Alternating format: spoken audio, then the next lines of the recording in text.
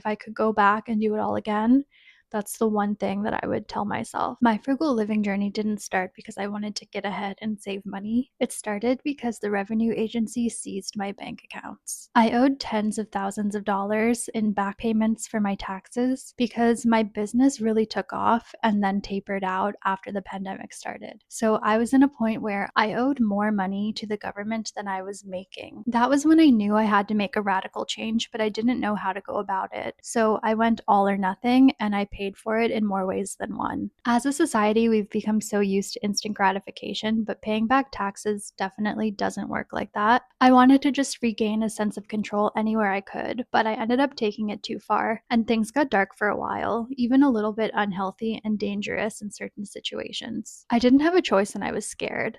I felt backed into a corner. But I think what I was doing was a little bit more extreme and unhealthy that even the most budget conscious people in survival mode wouldn't do, especially when it came to isolation and cutting off my community. These days, I strike a much better balance between frugal living and healthy living and enjoying my life. I feel like I'm finally in a place where frugal living is working for me. But for now, let's get into the mistakes I made when I started my frugal living journey. So, the first thing that I did that I don't recommend was probably the most detrimental to me. When I found out that the government had seized my bank accounts, I was deeply ashamed and embarrassed. I couldn't believe that I let things get to that point, and I didn't want anyone to know. So, some people in my family knew, and one or two close friends knew. But other than that, I completely cut myself out of society. It sounds really extreme, but that's pretty much what I did. I shut down any sense of community.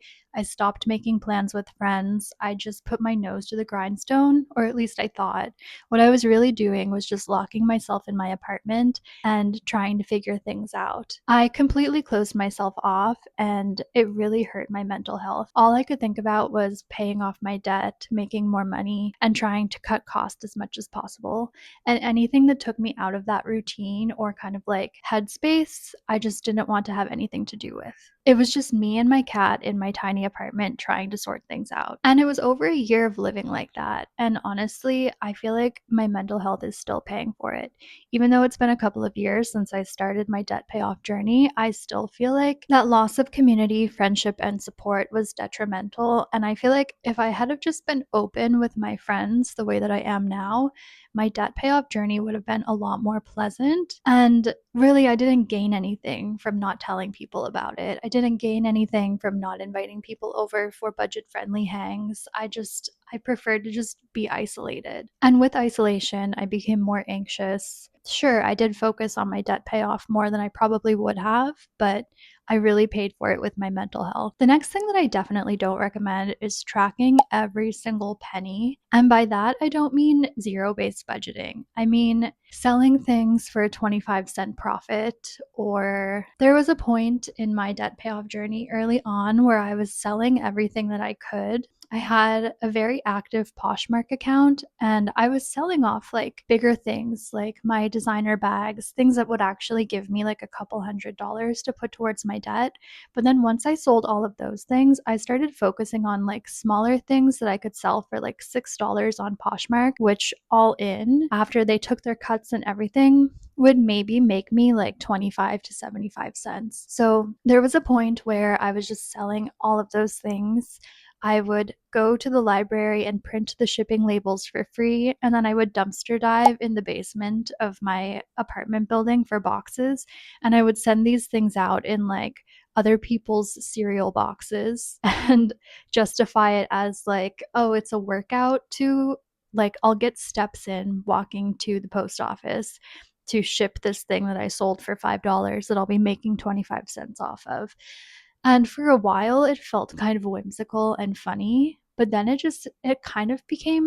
felt compulsive in a way. It became very sad, and it just made me feel worse about myself, if I'm being honest. And kind of in line with that, there was also a point where I was just selling every single thing that I owned.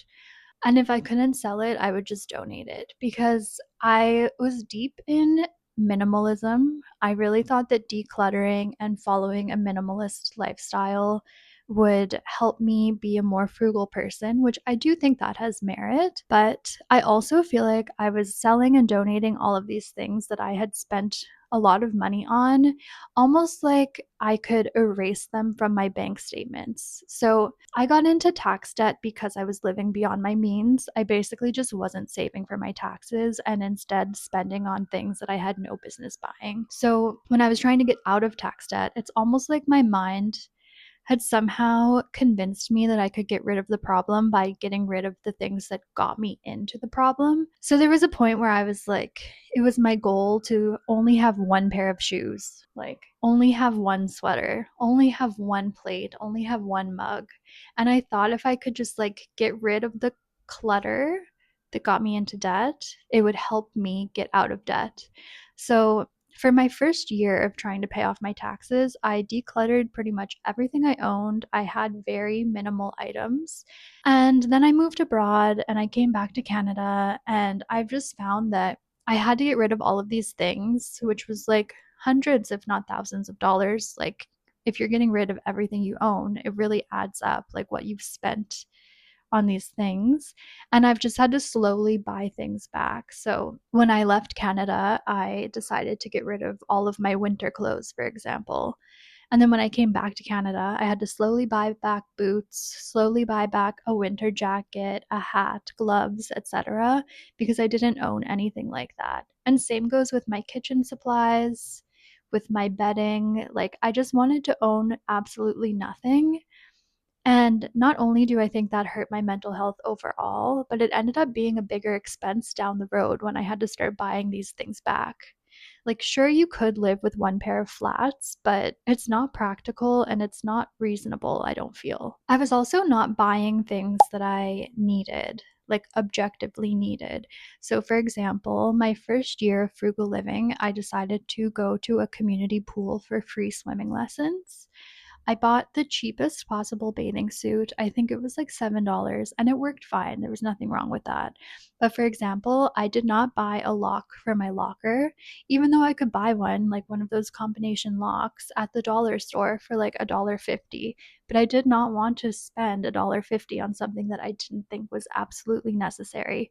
So I didn't. And then one day I came back from swimming lessons and I found that my phone and my wallet were stolen out of my locker because it was the only one in the changing room that didn't have a lock on it.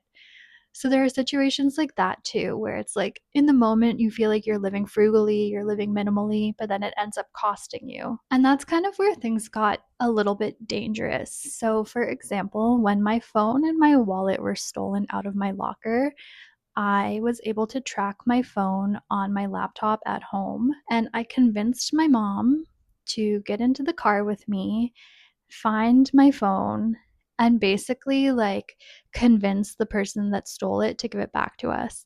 And I was living in a kind of, I would say, a more dangerous part of town at that time. I was trying to not pay that much in rent. Like, it was not the best area. And the fact that my mom and I chased down this thief and played dumb to try to get them to give us my phone back just because I didn't want to have to buy a replacement phone.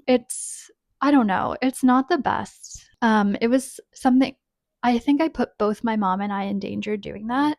I remember when we finally found the couple that were walking, like we were tracking my phone and it was moving alongside this couple. My mom got out of the car and actually went up to the people and started talking to them about it. And I got so scared sitting in the car waiting for my mom that I actually called 911 when I saw the man reach into his pocket to grab something. They definitely seemed like sketchy characters. I mean, they had my phone, so it was pretty clear that they took it or somehow got it. And I still put my mom and I in that situation because I didn't want to have to buy another phone, which a phone is expensive, but it's not worth risking our safety to try to get it back. And we did, in fact, get it back. We basically bribed them to give it to us for a $20 bill. They claimed they didn't have my wallet, so I never did get that back, which is too bad because it was a Louis Vuitton wallet that I had bought for my 25th birthday. But it was a good lesson, I think, even if I learned it much later down the road. And I feel like as dangerous as it was to do that, it was still kind of like, looking back, now my mom and I have this like story to share at parties of something that we did, but I would not recommend doing anything like that, and I definitely wouldn't do it again. And that actually leads into another thing that I did. Basically, I felt like I was being a martyr for my debt. I had a 10-year-old laptop that was not really working anymore. The phone that I desperately wanted to get back from the people that stole it was also, I think, about 6 or 7 years old. Like, my technology was not really working anymore and definitely needed to be replaced like years before I started this frugal living journey. But I was always a little bit cheap when it came to technology. I did not believe in updating my iPhone, like, or getting the latest MacBook when it came out or whatever. Like, I really like to use my products until I couldn't use them anymore. But it got to the point where my work was suffering. My laptop was really like on its last legs. It barely worked. The keys were like not really working that well anymore. And I told myself, like, there's no way I can't buy a new laptop. Like, I can't do anything about this, despite the fact that I work from home and I'm self employed. So it actually hurt my bottom line to go so long with a broken laptop, because for something that should have taken 5 minutes, like a work task, it probably took me at least half an hour to 45 minutes. And I was just fine with that. I was like, listen, like, I have nothing but time. Like, I can't, not that I could really afford to buy new technology, especially at that time, but I just like, even just instead of buying like a cheaper new laptop, not necessarily a MacBook, I was just like, I can't do this. Like, no, this is the what I have. This is what I have to work with. And it made me not want to seek new opportunities. And it made working a lot more tedious than it needed to be for a lot longer than it needed to. I also kind of stopped taking care of myself. I stopped getting haircuts, which honestly, I don't know if you can tell, but I still don't get haircuts that regularly. But I didn't get haircuts. I didn't go to the doctor. I didn't do anything that I really needed to do to make sure that my health was in good shape. And I was also under eating, which I think it comes from a privileged place to say that I should have been spending more money on food. But I was really just buying like the cheapest things at the store. I was living off ramen. I would do things where I would just eat bread because it was the cheapest thing and I already had it in my pantry. I was definitely not treating my body well. And I do realize that it's a privilege that I could have gone and bought healthier food, but I just didn't. Um, and I was not feeling well at that time. I lost so much weight, my face, my hair, like I just seemed genuinely unhealthy to the point where some family members would ask me in private if everything was okay because I personally didn't see it at the time, but I guess my family did notice that I was not in the best shape. I was not treating myself well. And of course, it kind of goes without saying, if I was under eating and not even spending money on groceries, then I obviously wasn't going to any restaurants or getting any takeout. And despite what someone like Dave Ramsey might say, I think that treating yourself a little bit, especially when you're going through something as hard as paying off tens of thousands of dollars worth of taxes, I think it's important to cut yourself some slack where you can. I'm not saying that I should have gone out to fancy restaurants, but I do think that budgeting a little bit for the occasional coffee out even wouldn't have hurt my bottom line. I think paying off that amount of tax debt, like, I owed more in taxes than I was making in a single year. And I didn't know what to do. I felt completely alone. I felt in over my head, and thankfully I have made it out and I've almost finished. It's like it's been almost 3 years that I've started paying off my tax debt and living frugally, and I'm almost out of it.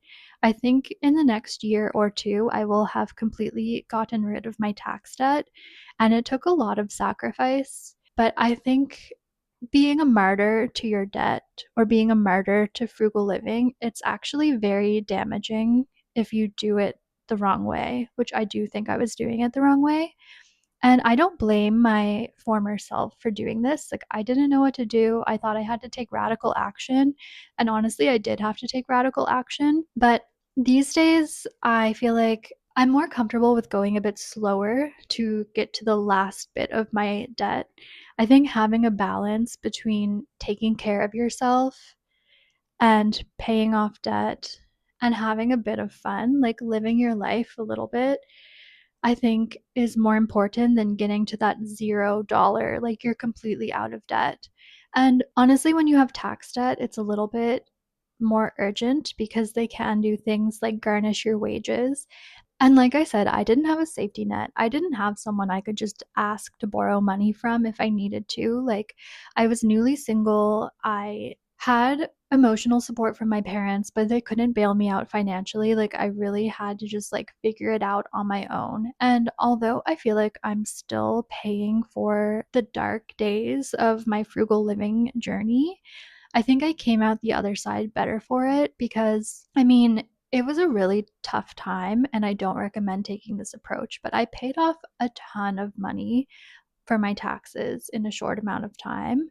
I also learned so much about personal finance, so I know I will never be in this situation again. I just wish that I had have taken maybe like a more loving approach or maybe a more sustainable approach to frugal living and paying down debt because it was a lot. My mental health was not good. My general health was not good. I miss a lot of the things that I just donated because I wanted to have them off my conscience. Like, I just wish that I had have known or had more knowledge about frugal living before I got into this situation. And I wish that I had have been a little bit easier on myself. I think a lot of the like martyrdom and the unhealthy and kind of dangerous frugal living that I was doing was just born out of me not knowing what to do. And also, I feel like I have an all or nothing approach to living in general. So once I started, I just couldn't stop. Like, I felt like I had to see it through no matter what it took. And like I said, I feel like a lot of people are in survival mode and have more responsibility than I do. Like, I really just had to take care of myself and my cat. But I still think that there are ways to do it that won't damage your health, especially the community thing. Like, if there's one thing that I wish I could go back and redo when I started my tax debt payoff journey and frugal living, was to be open with my friends and my family about it. Since then, I've been super open with my friends. I've talked about it in other videos. Like, a lot of my friends also want to live more frugal lives. These times are like pretty uncertain, so it makes sense that we're all kind of like trying to be a little bit more responsible with our finances. But at the time, I was just so deeply ashamed. I didn't want anyone to know what I had gotten myself into because it felt like a moral failing in a way. I think if I had have just been more open to support, not financial support, but just emotional support and having my friends understand what I was going through, I think it would have been a much more enjoyable experience. And I think I wouldn't have necessarily burnt out when it came to frugal living or damaged my health in the ways that I think I did. So I do think that frugal living has its merits, and I love the balance that I've been able to create. But it did take me almost 3 years of trial and error to figure out what works for me while paying off debt. And I'm glad that I realized it before it became an unhealthy lifestyle that was set in stone, if that makes sense. Like, before it became, I mean, I lived like this for a year before I basically moved abroad and like my life was shooken up and the cost of living there was cheaper, so I had a little bit more wiggle room in my budget while paying down my debt.